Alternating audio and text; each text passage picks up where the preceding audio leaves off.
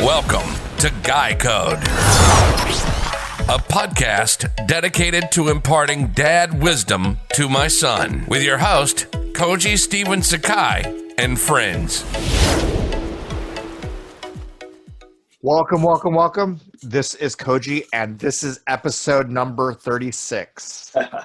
I wanted to impart all of my wisdom to my son, but of course, my son already thinks he knows more than me. So instead of trying to tell him now and having it go in one ear and out the other ear, I decided to record them here in the hopes that maybe, just maybe, when he's ready, he'll listen to my advice in the future and not make the same stupid mistakes I made.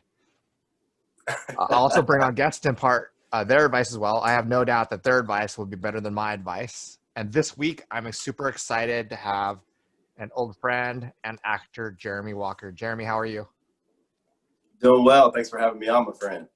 And Jeremy, why don't you tell us a little bit about yourself? Well, yes, like you said, I'm an actor, originally from Memphis, Tennessee. I made my way to LA about a decade ago via Denver, Colorado, where I studied acting, and then came here and, been in the industry for, like I said, about a decade here. And it's been great. Got some films coming out this year. Things were halted a little bit, as it has been for everybody, but now we're picking back up, getting back in the game. So, it feels good. I'm shooting something next month, and it's very nice. The COVID stuff is like a nightmare. Oh, it's crazy. It's crazy. All the testing you have to do, even just to like start the job. I mean, it's wild, but that's what SAG requires. Yeah. Well, hey, they're protecting us. They got to protect us out there, man. We're going in flying blind, we have no we can't wear masks or anything, we got to go out there and just do it. Well, but everybody else should be in masks and gloves and stuff, right? So yeah, I mean, that's the way they kind of do it. They're everyone else is on, and then we have our zones, the actor zones, which makes us look like even more prima donna than we already are. But whatever. Yeah, I'm currently going through all that with SAG right now and trying to figure out all their requirements, which is a little bit nutty sometimes, but it is what it is. Good luck. I mean, I almost wanted to be like, do you want me to make this movie or not? I want everyone to be safe, obviously, and I don't want anybody to get sick, and because that would destroy my production. But for sure. You're like not responding to me. You're not. But anyway, I don't want to SAG. Awesome. So we're here to talk about life advice, and you're a new father. Congratulations! Thank you. Thank you. With a baby girl, so that's exciting. Why don't you tell us a little bit about why don't you give us the first piece of advice? First piece of advice would be what for the dad or for the kids? Because there's for anybody. First piece of advice: know what you're doing before you do it. That's all I gotta say. What do you mean by that? You can take that any way you want. Being a father is like nothing else in the world. I mean, I honestly, I was fortunate because I have a stepson. And so, I guess I was sort of like back-ended into the game, if that's a way to say it. Like I was kind of given a chance to be a dad before I was a dad. And it prepared me for what I'm dealing with now, having a baby girl that's my own, it's my blood, that looks like me, because she looks like me, which is totally weird. And so I guess in that sense, it was nice being with him, having him for almost 5 years prior to her being born. And I knew what to expect. But there's, for most people, they don't have that luxury. They just sort of are like, hey, I'm about to have a baby, especially for a dad. I think it's different for us. Yeah. We don't have the 9 months. We have 9 months of preparation, but we're not having the 9 months of growth inside our bodies. So we're not like the mental preparation for that. Yeah, it's more like, I always joke that being a dad, it only happens when the baby comes out. That's like the first time it really matters, because before that, I mean, obviously things are different, but they're not different for us, right? Until then the baby comes out, then it's like everything changes at that point. Everything. Yeah. I mean, we still look good, we still like we can do whatever we want. We can eat normal. Yeah. We nothing drink, changes. Nothing changes. Yeah. But you're right, because I'll say that the minute she was born, I've never experienced that kind of emotion in my life. I mean, it was like seeing her come out, it was just like, oh my God, like that's my daughter, like that's my baby, and she is my flesh and blood. And so it was good for me to have a stepson to experience life and experience what being a father and stuff was. But for those of us who, let's say I didn't have that, and then all of a sudden I'm just an instant dad like this, it just happens.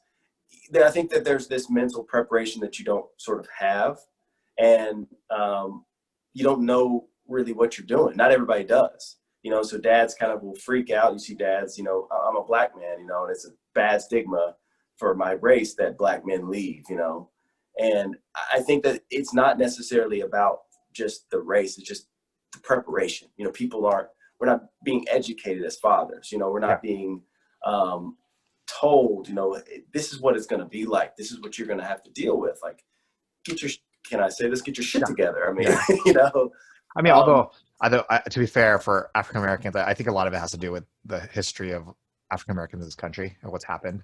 Oh, absolutely. Yeah, a lot of it has about family and things like that have been very controversial because they used to sell, right? They sold humans, and any kind of family relationships were negative, right? Because you didn't want to get too close to somebody and then have to have them sold like cattle was terrible. So I think there's a lot of that still.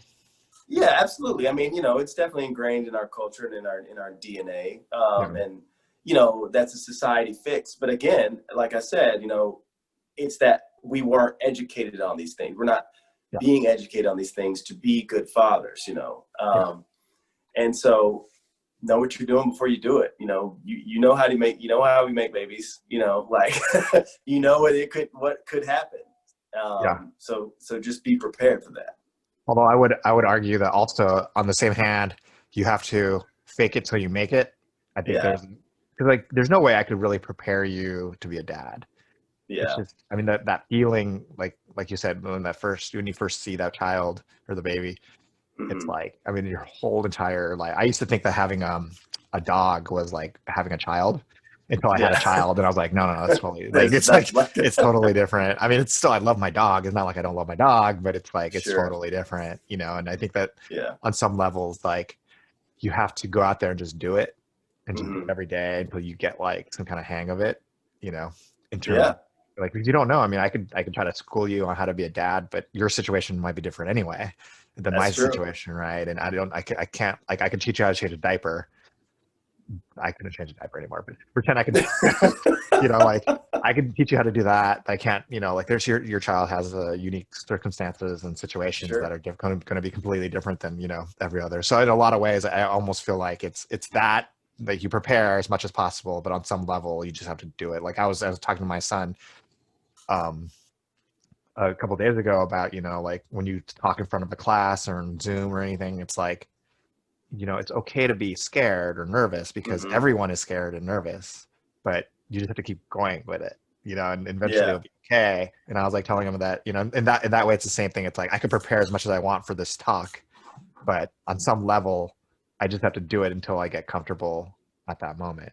Right. Absolutely. Yeah. I mean, because like you said, anything's going to come and get in your way. You never know what can happen. I mean, you can't prepare for every moment. I guess what I think of is just, I'm taking it from a perspective of being, that you have to be a father. Like, no matter what, you are responsible for that child. Yeah. And like, I think what happens a lot, like what you're doing right now with this is incredible. I mean, that's really, really cool. It's admirable that you would even take the time to do this because you really do want to educate your son later on in life. Maybe he has something to look back on. My dad was doing this for me. That's being a father. That's saying that I'm going to instill something within my child that only I know how to do. And I don't think that, that you can't, you're right, you can't teach, but you have to know. Yeah. I don't know. No. I mean, to be honest, most dads are pretty terrible dads, I think. And it is I think more dads need to be involved and more dads need to be interested in what's going on. I mean, just being interested would be different for most dads, That's true. So I agree. I think it's a responsibility that is an important thing. But I'd love to hear. Do you have another piece of advice? Well, let's see. I will say that the thing that I think I learned growing up about, especially, I'll go back to my past as just being a black man from the South. You know, I said before, I'm from Memphis, Tennessee. Growing up in the South, when I did, you know, of course, we were past the time of segregation, past the time of all the civil rights movement, all that. You know, I'm not that old. Yeah. But there was still a very lingering effect of racism and just overall separation, I would say. Mostly black and white, because there's just not really much else in the South, you know. And what happened, I think, with me is I was always trying to fit in on both sides, you know. I was always trying to be, you know, because I guess I was just always one of those people that didn't want to feel like left out of anything. You know, I wanted to be included. I didn't want to be, oh, he's black, so he has to be with the black kids, or, you know, or he's black, but he kind of talks and acts like white kids, so maybe he should stay over there. When it should just be like, hey, you're just a person, you know. Like, can you just exist in the space that is between all people? And unfortunately, in the South, when I was growing up, it just wasn't really like that. You know, there's still a very big, 50-50 in my school, and, you know, the kids sort of stayed separate, and I was sort of stuck in the middle. And I think what that did to me was cause me to not really be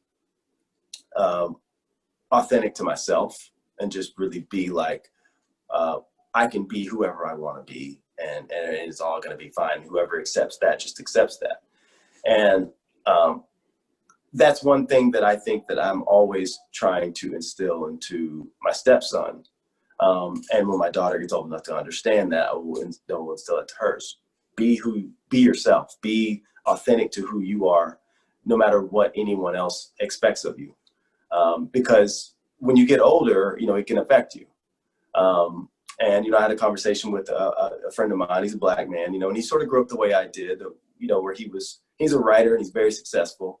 But a lot of that has come from his ability to fit in, where, we're going through a time right now where it's really coming to light how the cultures weren't really mixing the way that everyone thought they were.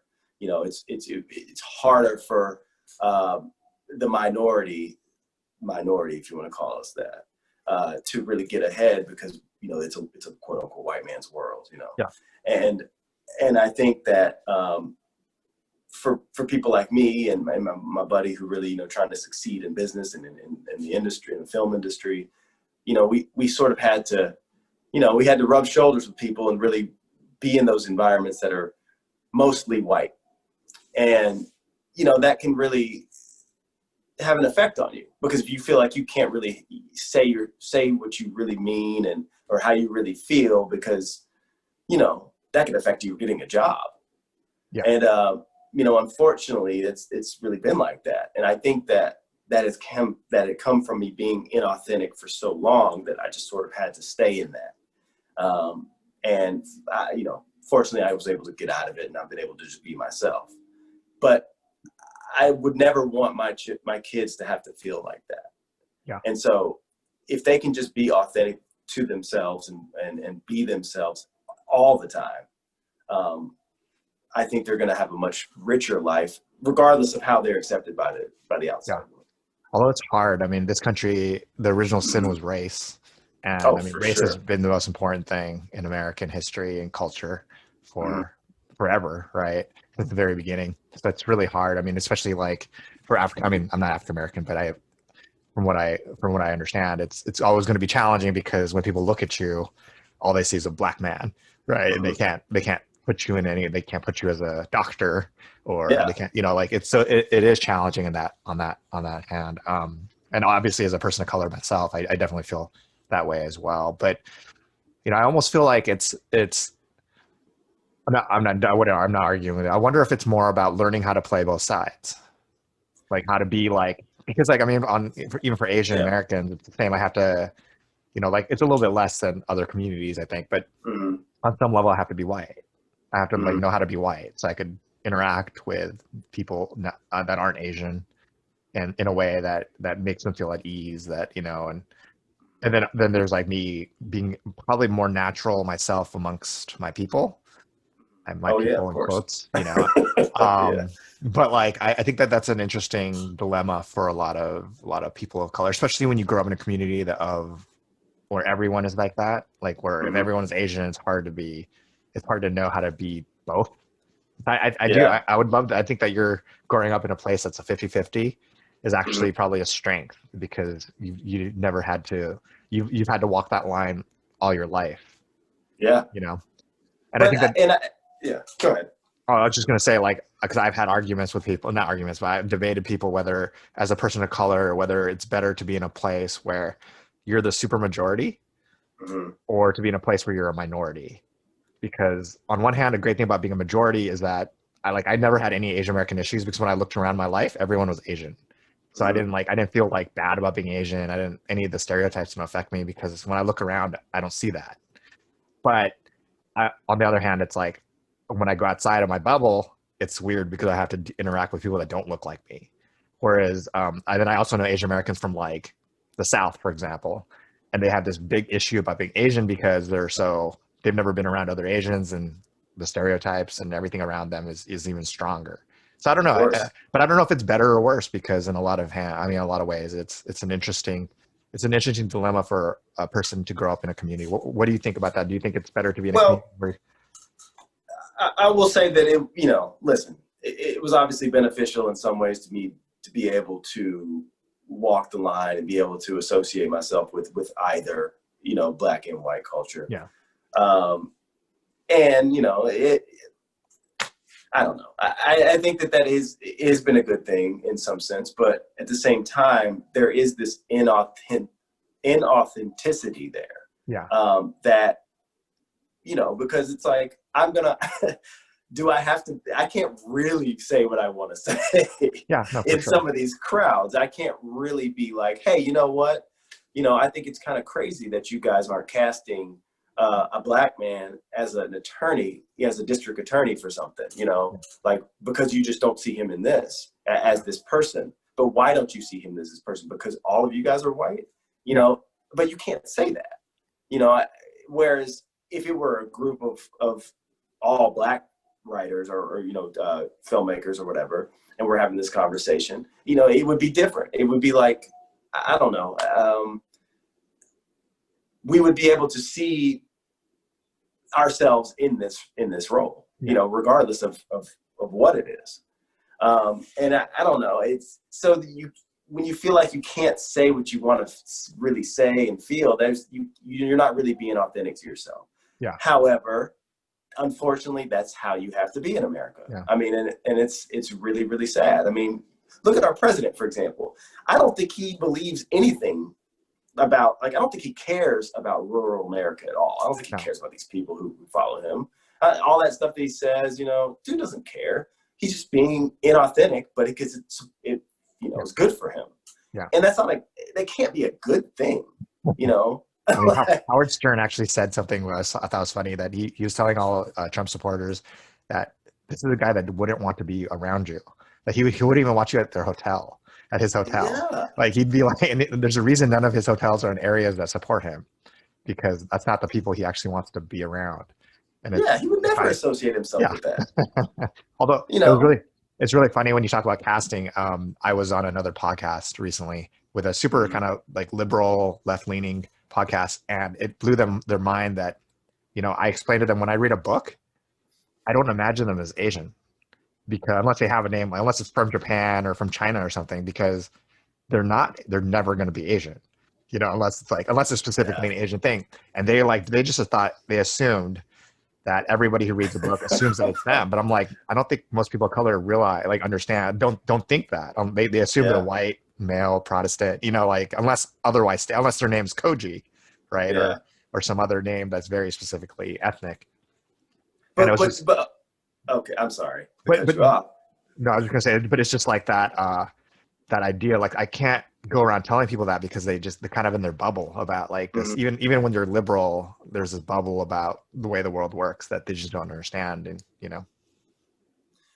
But how much of that, of you reading and viewing the character as a white person or whatever, how much of that comes from you having to grow up in a way where you had to be a certain way around the decision makers, and not being like fully authentic within in all situations, how much of that, and I guess that, because imagine if you were white, you would, I mean, that's not, it's not like you would be seeing, that's the problem. The white man that's reading the book or the script or whatever is like, he's not seeing an Asian person in the role. He's not seeing a black person in the role, because that's sort of just what he is, he's just being authentic to himself. And so the fact that we're having to go through that, and we're reading these scripts and seeing these things, and then seeing people who are not like us in these positions. I mean, that has to come from these years of being conditioned that way, and I guess that's what, going back to what I want to teach my children is, be yourself, see yourself, know who you are and be proud of that. My daughter's is half black, so, there's a lot of that I talk about with her mom about how we're gonna, how is she gonna associate herself growing up, but I say, you don't have to associate with either race. You don't have to pick a side. You can be you. I mean, you are really in a position where you can literally, like, you can talk about towing the line. Like, it doesn't get any more like. Although in American history, one drop of black blood is black, right? Yeah. Yeah. Yeah. I mean, just America's all fucked up, though. Yeah, that's true. That's very true. Super messed up. Well, I love that advice about being authentic to yourself. I think that's something that I think is important for everybody, because you're right. The more you talk about it, the more I think I hear what you're saying, is that a lot of times we get lost in who we are. Mm-hmm. We try to be somebody else, mm-hmm. and we forget. So I think that there's a lot more strength as a person of color to go out in the world and be okay with yourself. Mm-hmm. And try constantly to be something that you're not, and then you kind of become somebody that's not authentic or real, and kind of lose that connection, even with your own people too. If you want to be them, then people won't like you. Yeah, your own people won't like you, and the people that you're trying to please don't like you, and so you're kind of this lost person. I mean, it's a funny quick story. I was interviewing people for this internship, and this Papa, half Japanese, half white person came, and she was like crying in an interview about how she's not accepted by Asian Americans or Japanese Americans. And after the thing, I was like, you are who you are. Like, mm-hmm. If you want to be Asian, you're fine. Like, just call yourself Asian. Who's this Asian police coming around telling you that you're like, if you call yourself Asian, I'm gonna call you Asian, and you're fine. And all these people who are calling you not Asian enough, they're stupid, because who are they to say who's Asian and who's not? It's true. And it's just this lostness that I think I'm responding to. But I'd love to. Do you have any more advice? Wow, let's see. You put me on the spot here. Yeah.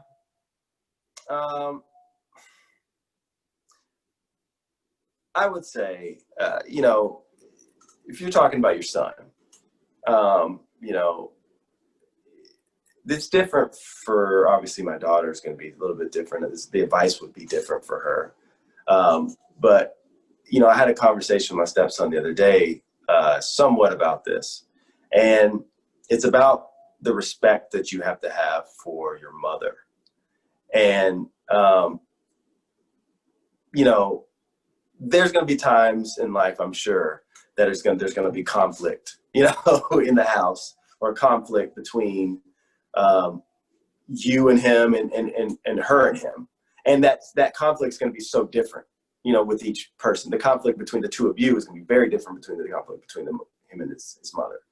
And, there's something about the relationship between a son and a mother that I think that is so, I don't know, just so deep, because I come from, a divorced family. My parents divorced when I was 7 years old.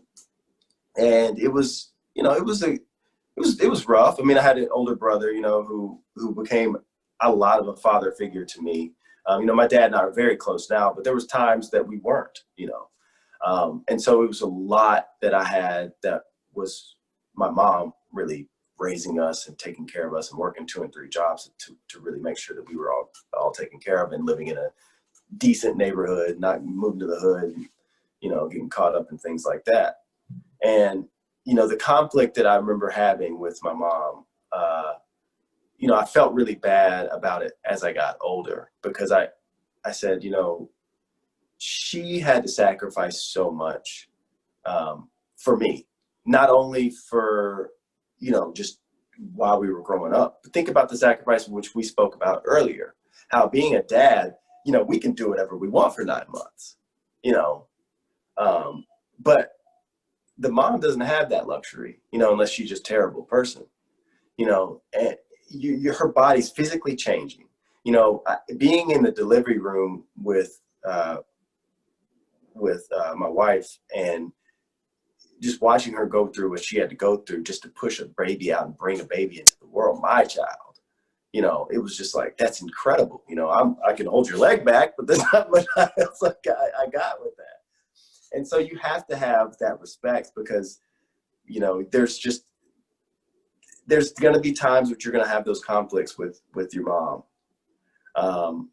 And how you can really like bring yourself up from that and really show that your mother the respect that she deserves, no matter what it is. Your mom's going to be wrong sometimes and you're going to be right, but you have to always respect her. And I think that what happens with that is you become more respectful towards women in general.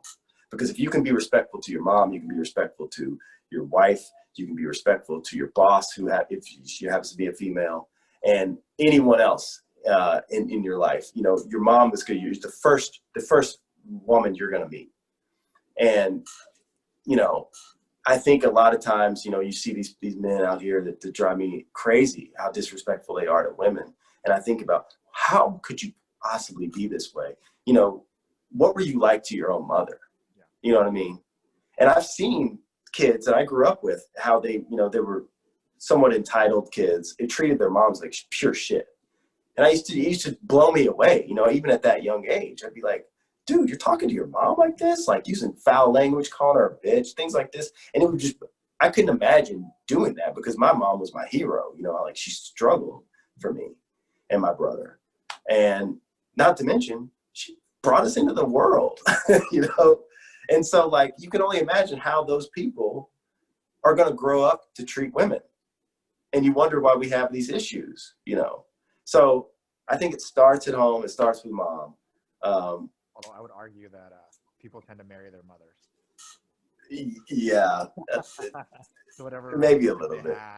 It's like, I mean, I was really shocked when it was my cousin that was like, you know, your wife is like your mother. I was like, oh my God. Because I didn't have the greatest. I mean, I love my mom, and she passed away recently, but I didn't have like the most, like, I was closer to my father than my mother in that. Mm-hmm. But you're right. I could see definitely there's that relationship is really important. That's why one of the reasons is that, you know, I always tell my wife that, and my son, that, you know, it's important that you guys have a good relationship, because, you know, that's how it's gonna be later in the future when with all the other women in his life. It's gonna be absolutely, that relationship is forming in a different way. That's how he's gonna show up, you know, in those, yeah. And it's a crazy thing to think about. You know, you don't think about it that would be what, you know, how you're going to treat somebody else, you know, later on. But it absolutely has everything to do with it. I mean, you know, my wife drives me crazy. You know, she drives me absolutely crazy a lot. But I still respect her and love her and will be there and show up for her every single day, just because I know I was trained that way. You know, I was, and I think that it's just important to just know that you have that person in your life that you should always be respectful of. Yeah. And because, you know, you only have one. You know, there's only, even if your dad gets remarried, whatever, you got one mom. Yeah. Well, this is one of the things I always teach my son is about respect. Mm-hmm. That respect is earned, but not that you don't need to respect everybody, but respect is earned. So people like your mother and your father, you need to respect because we're there every day for you. We're there all the time for you. We raised you when you don't even remember us raising you. Yeah. But like, you don't necessarily need to respect everybody because, not everyone deserves respect, especially old people. They don't always deserve respect. But you need to be respectful. Absolutely. Right. That like it's like you should always be nice and not respectful, right, to people. You treat them with kindness as much as possible, but respect is something that's earned. And being your mother, unless you're a terrible mother or a terrible father, just being there, going to work every day, even if you don't see them a lot, it's they're working. That's because they're working. So you could go to school, or you could do jujitsu, or do whatever. You could do whatever you want. It's like, there's a reason why my wife works so much, is because she gives him the life that he can, and he needs to know that, and and understand that. I think that and it's hard to. That's a really great advice. It's weird. I've done 37 and 35 of these episodes, and nobody's ever brought up their mother as a piece of advice. So that's pretty amazing and interesting. No, I mean, wow, man. When I was saying it, I was like, oh, they've probably heard this before, but I would think, that's just a given. Yeah. It's something that is it's just so natural. I mean, like, you literally would not be here. I mean, like, there's no other way to say it. Like, we would be having this conversation if we didn't have moms. Although dads too, but like, although like in my family, I'm probably more like the mother. I didn't give birth, obviously, but I'm probably more like the mother, and my wife is probably more like the father. I don't know if that messes things up a little bit. Yeah, he's like, wait. So who am I supposed to really respect here? Who am I going to marry? Somebody like my father or somebody like my mother? Absolutely. I mean, well, and that's interesting because you wonder, like, but at the same time, like you said, it's being regardless of who it is, he's still going to be able to be respectful. For both you got to learn to, so, but that is funny. You do wonder, is it going to make him grow up and be like, well, I mean, I don't know the relationship that you guys have at home, but is he going to be like, want to stay home and be with the kids, or, is he going to be out there like hustling? Well, and it's interesting because, like, I mean, my father got sick and he took care of me. This is one of the reasons why I really wanted to be a dad. And, like, if I could have, but you're a great dad, by the way. Yeah, I'm going to say that. Yeah. My mom joked with me that she's like, if you were a girl, you would have got married and pregnant by 18. I was like, yeah, hell yeah. You're the richest dude I found. Except it wasn't, like, that's not a normal thing a dude would say at 18. So I'm not going to get married and have a baby at 18, but yeah. But it is hilarious. Actually, funny story as a dad, side story. Sorry, my terrible light. I'm in my office. I'm not in my office today. No, it's all good. My like, I drop off my kid every day at school. I volunteer at school. I'm the room parent every year.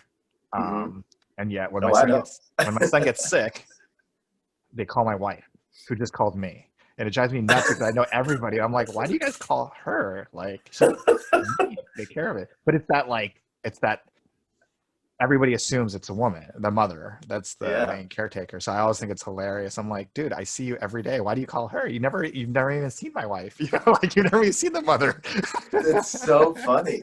Isn't that weird? It's like, I used to say this too, like, granted, he's my stepson, like, so I'm not like his real dad, but I used to always be like, but as you know, I'm very involved in his life, and I'd be like, well, wait a second, I get the emails and it'd be forwarded. I'd be like, why wasn't I on the email list?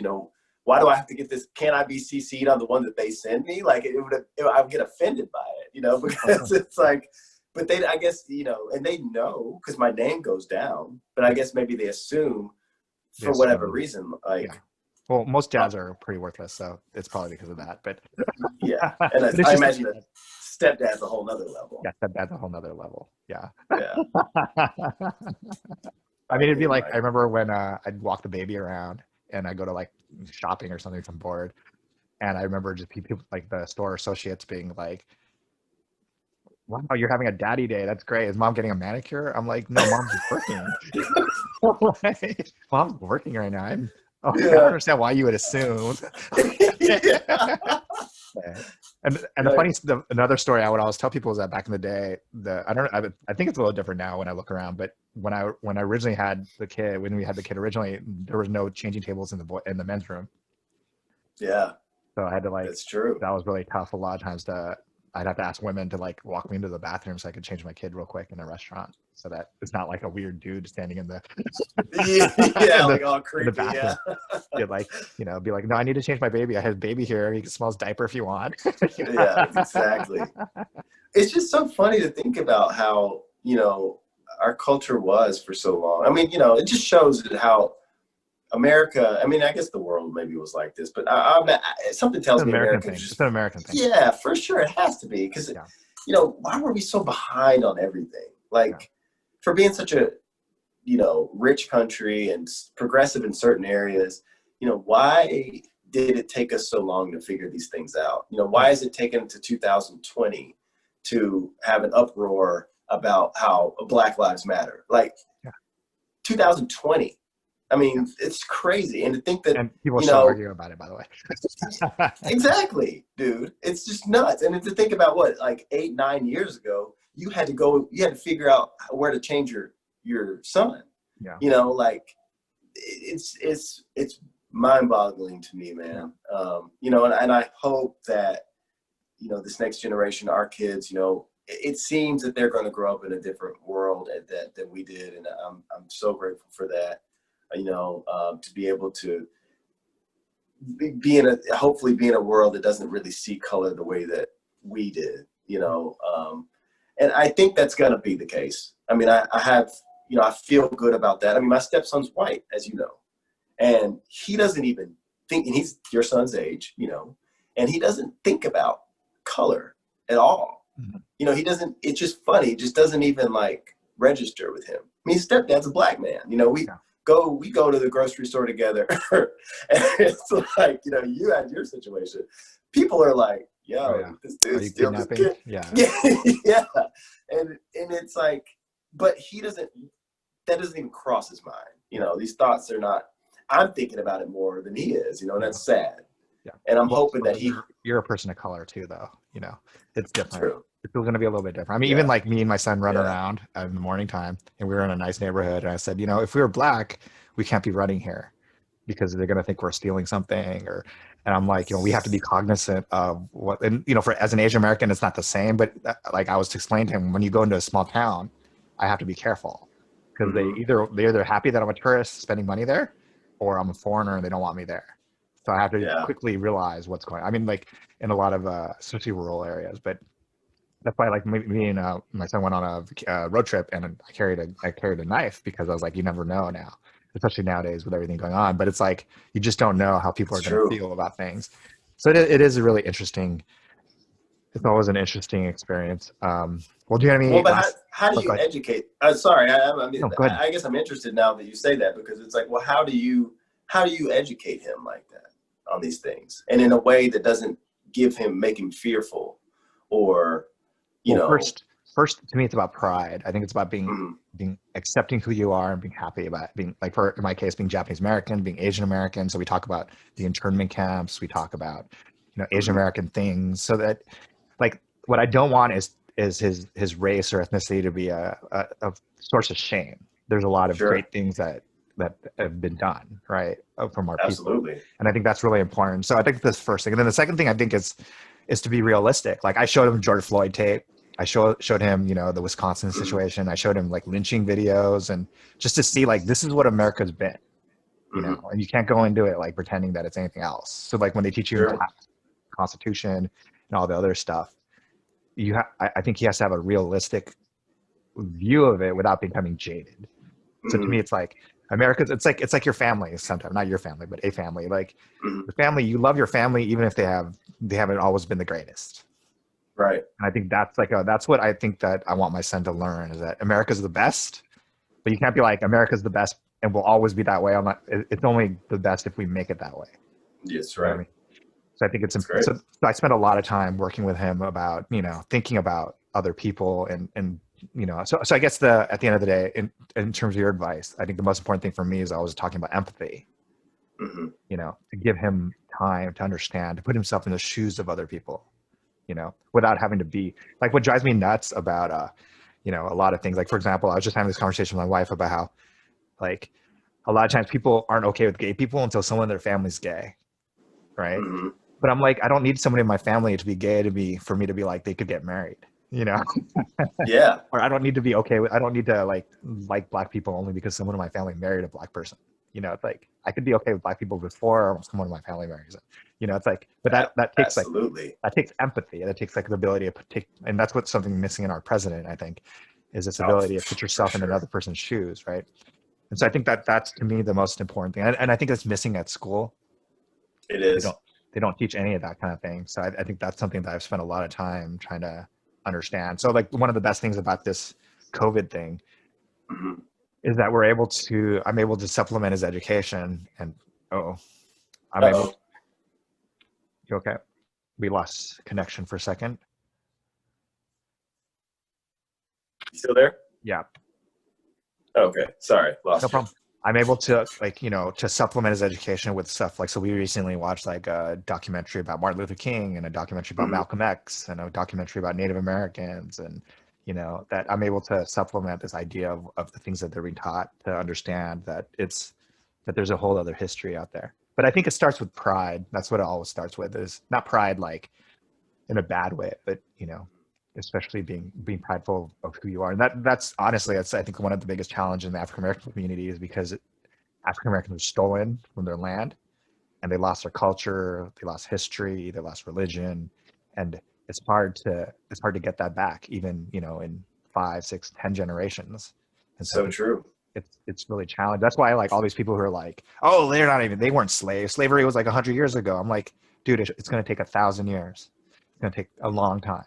Yeah, it's you know, it's instilled in our DNA. I mean, you can't take that out of, you know, generation. You know, when I think about my great, let's see, I think it's 4 generations back, was the woman who's the matriarch of the whole family, who basically brought my family into the world, you know, was half white because her mom was raped by a slave owner. Yeah.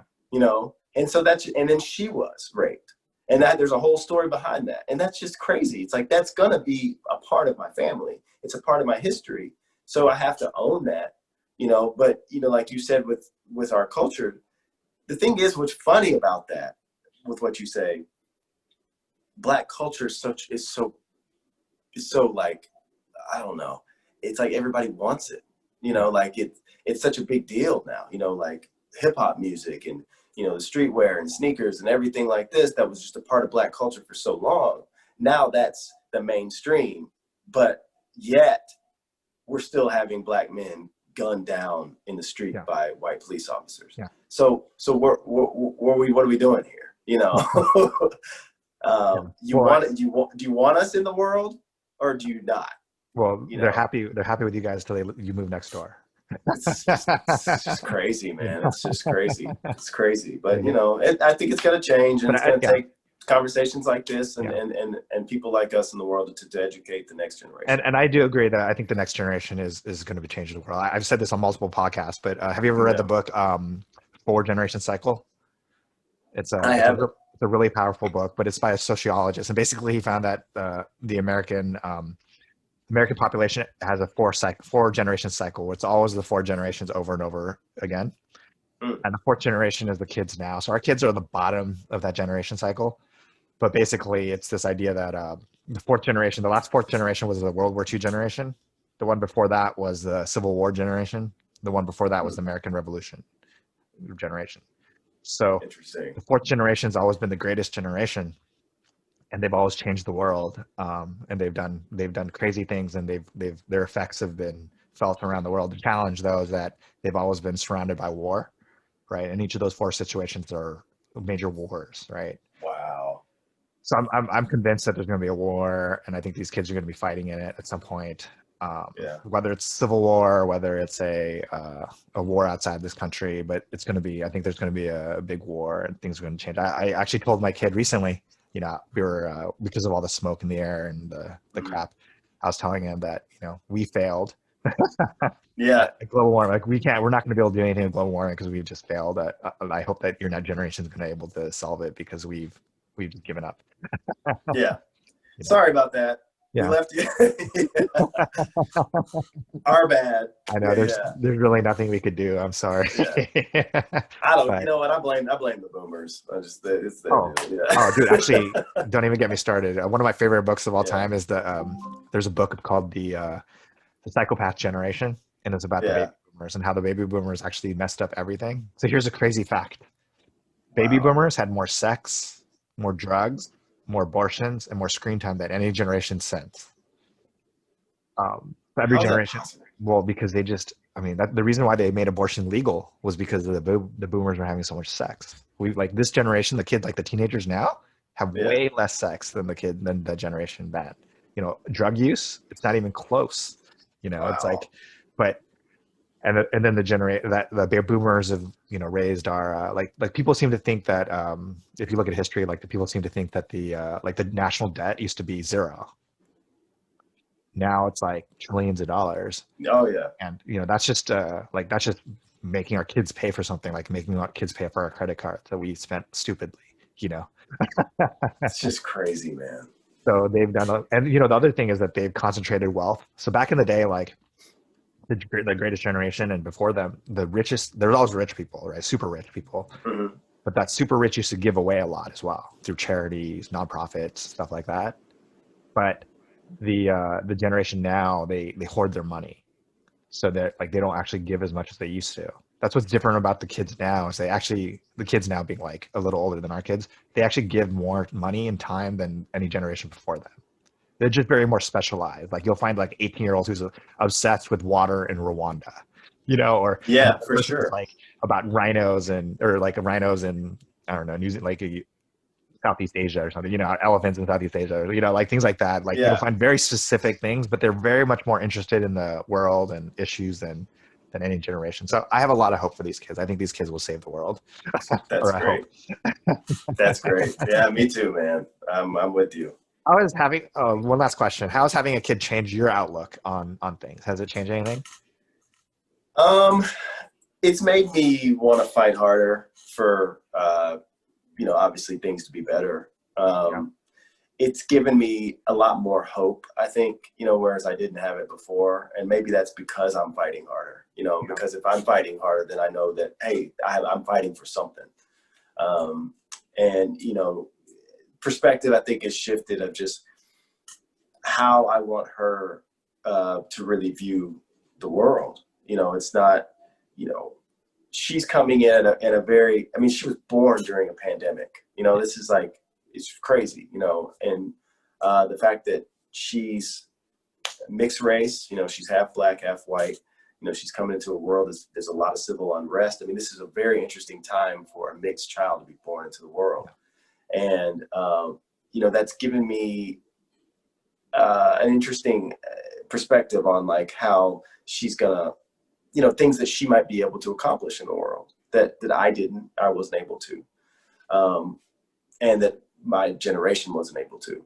Yeah. So, I think it's given me a lot of hope. It's given me, like we just talked about, I feel good about the next generation. I really think that they're going to be strong. They're going to be powerful. They're going to make a difference because they're going to be thinking a lot more outside the box. Yeah. And so, anything that I can do for that to help her really achieve that, I'm going to do it. So. Good. That's interesting. I like it. All right. Well, thanks, Jeremy. Thank you, everybody, for listening. And anything, if anybody's heard any kind of good advice that they like, please share it with your friend. Tell them what Jeremy said. Share it on your Facebook or social media. Join us on our social media at Guy Code Pod on all the different platforms. And thank you, Jeremy, again. Thank you, everyone, for listening. Thank you for having me. Peace out, guys.